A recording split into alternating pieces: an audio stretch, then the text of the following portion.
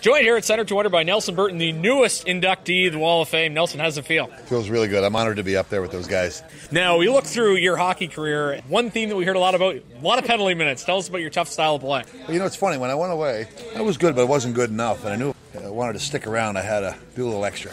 And I became used to doing that. Of course, you played in the Q, which we see here at Center 200 now. Tell us about the Q in those days. How tough was that to go away? Very French league, I'm sure, and going away from home at a time, a lot of guys didn't do that. Yeah, there was a very few English guys back then in the league, and it wasn't like it was a culture thing as much as it was just being away from home. Because I left home when I was young. I was 15 when I first went away. But I have to tell you, it was a tough league, and it prepared you to play at the next level.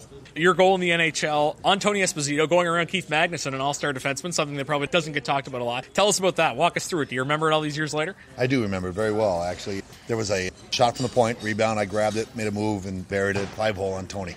I wanted to talk about your AHL days, too, because you played with the Vs in Nova Scotia, the first pro team in the Maritimes, and also, they mentioned here, you played at the first game at the Metro Center. Tell us about that. It was actually early in my career, and I had a lot of family there, and there was a lot going on. It was a very busy time. It was exciting, but I was very nervous and very anxious the whole time.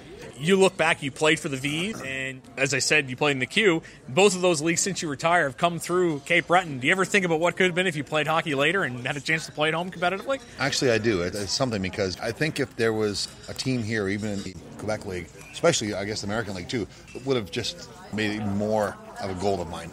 You had a chance to make the NHL, and it was a hard road for guys in the Maritimes, not a lot of exposure, but do you think now it's easier as a result of that, guys like yourself that made the NHL, for the guys that are playing today for the Maritimes? Yes and no. Yes and no. I think there's more players now, so it's harder to get noticed. There's players from everywhere in the world. I mean, look at Matthews. He's from Southwest USA, and all the European players. There's just more players.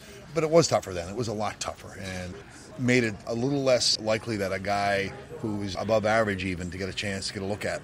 Lastly, I'll ask, obviously you had a good pro career. Tell us what your involvement is in the game now. I run a youth hockey program. I've been doing that now for about 20 years. My main goal is to get kids and adults started in the game of hockey.